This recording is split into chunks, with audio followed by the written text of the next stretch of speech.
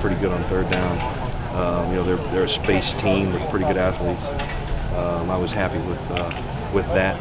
I thought at times, we got some pretty good, got some pressure on the quarterback and got him off his spot to where he couldn't just have a clear launch point. It was something that we wanted to get done. You mentioned that you had used the bye to kind of go back and look at all 5 games. What are a couple of things that you really want to clean up moving forward? I think that the perimeter plays that kind of happen here and there. You tackle for a 2-yard gain and then there's one for 15 or 19 yards. Those plays don't kill you, but they just kind of keep drives alive. And so I think playing with better eye control than the back 7, seeing those perimeter plays is probably one of the biggest things that I want us to get better. Yeah, and what's the difference between a 2-yard gain and a 19-yard gain for you guys? Like what would change that for you? Well, I mean, it's just we don't want many 19-yard gains. We really don't want any. So sure. They're obviously are getting a big chunk on one play, but we'd like to be 3.2 or less on all run plays.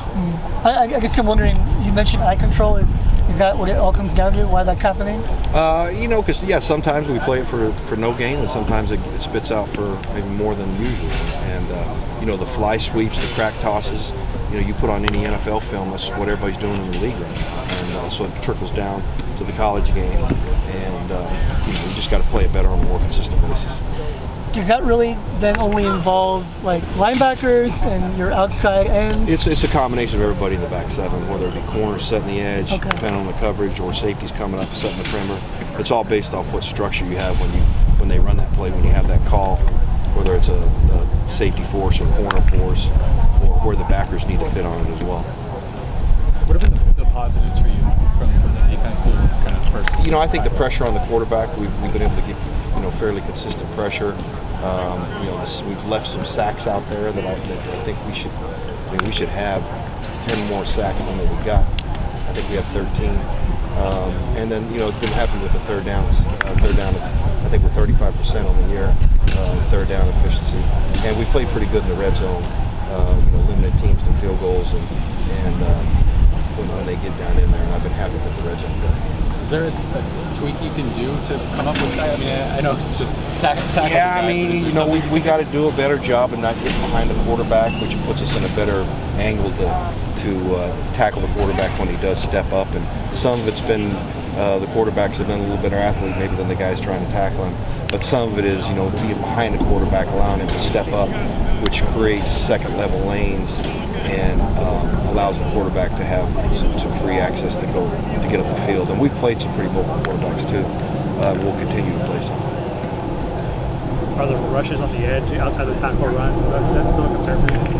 Yeah, it's something we work on. The yards that happen outside the numbers.